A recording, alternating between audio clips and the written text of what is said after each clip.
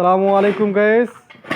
আজকে আমাদের চলছে চতুর্থ দিনের মতো কর্মসূচি এবং আজকের দিনই সব শেষ কাজের।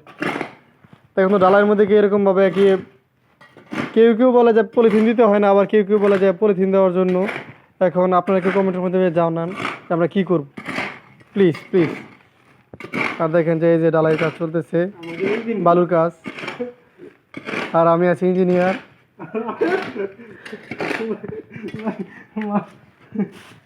দেখছেন এই জায়গায় হচ্ছে যে 52 ফুট কণা এবং 45 ফুট 22 ফুট বালু, আর সিমেন্টের বস্তা চলছে 5.5টা। একটু কমেন্টের মাধ্যমে একটু জানান কি হয়। আর এই হচ্ছে বারান্দার দৈর্ঘ্য হচ্ছে 48 ফুট এবং প্রস্থ 9 ফুট।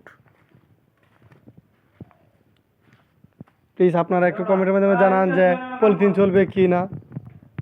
ধন্যবাদ সবাইকে। আল্লাহ হাফেজ।